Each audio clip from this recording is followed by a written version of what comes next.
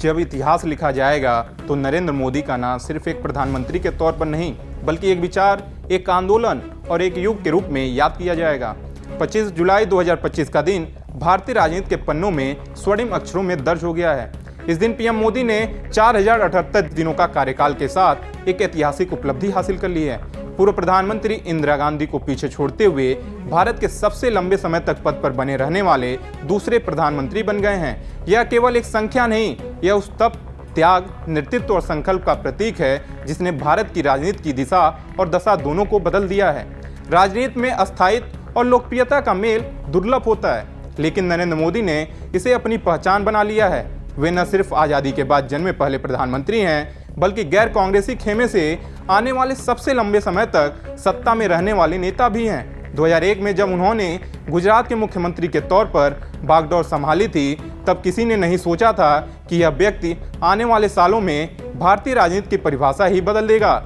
लगातार 6 बार चुनाव में विजय, 3 बार गुजरात विधानसभा चुनाव और 3 बार लोकसभा चुनाव जीतना किसी भी नेता के लिए असाधारण उपलब्धि है। यह न सिर्फ उनके करिश्माई नेतृत्व को दर्शाता है, बल्कि आम जनता के बीच उनके गहरे विश्वास और भरोसे को भी प्रतिबिंबित करता है।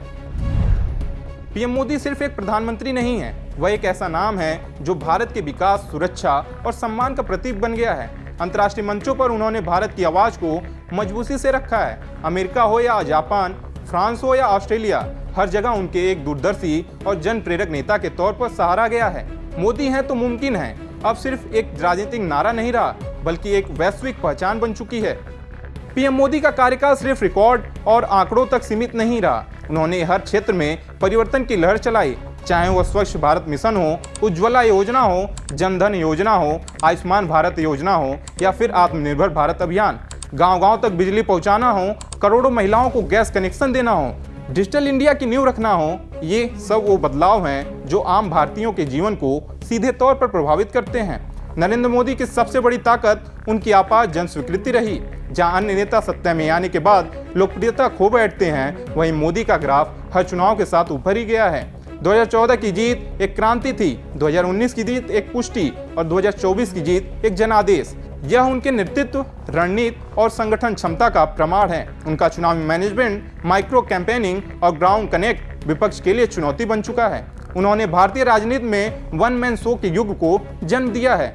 मोदी का नेतृत्व केवल सत्ता तक सीमित नहीं है, वे जनता के मनोभाव, आकांक्षाओं और सपनों से सीधे संवाद करते हैं। मन की बात इसका जीवंत उदाहरण है। उनकी भाषा शैली और संवाद का तरीका देश के हर कोने में गूंजता है, क्योंकि वे भारत को जानते हैं और भारत उन्हें पहचानता है। उनका पहनावा, उनकी संस्कृति से जुड़ाव, युग के वैश्विक प्रचार से लेकर काशी और राम मंदिर तक का उनका समर्पण, हर कार्य में उनकी भारतीयता की झलक मिलती है।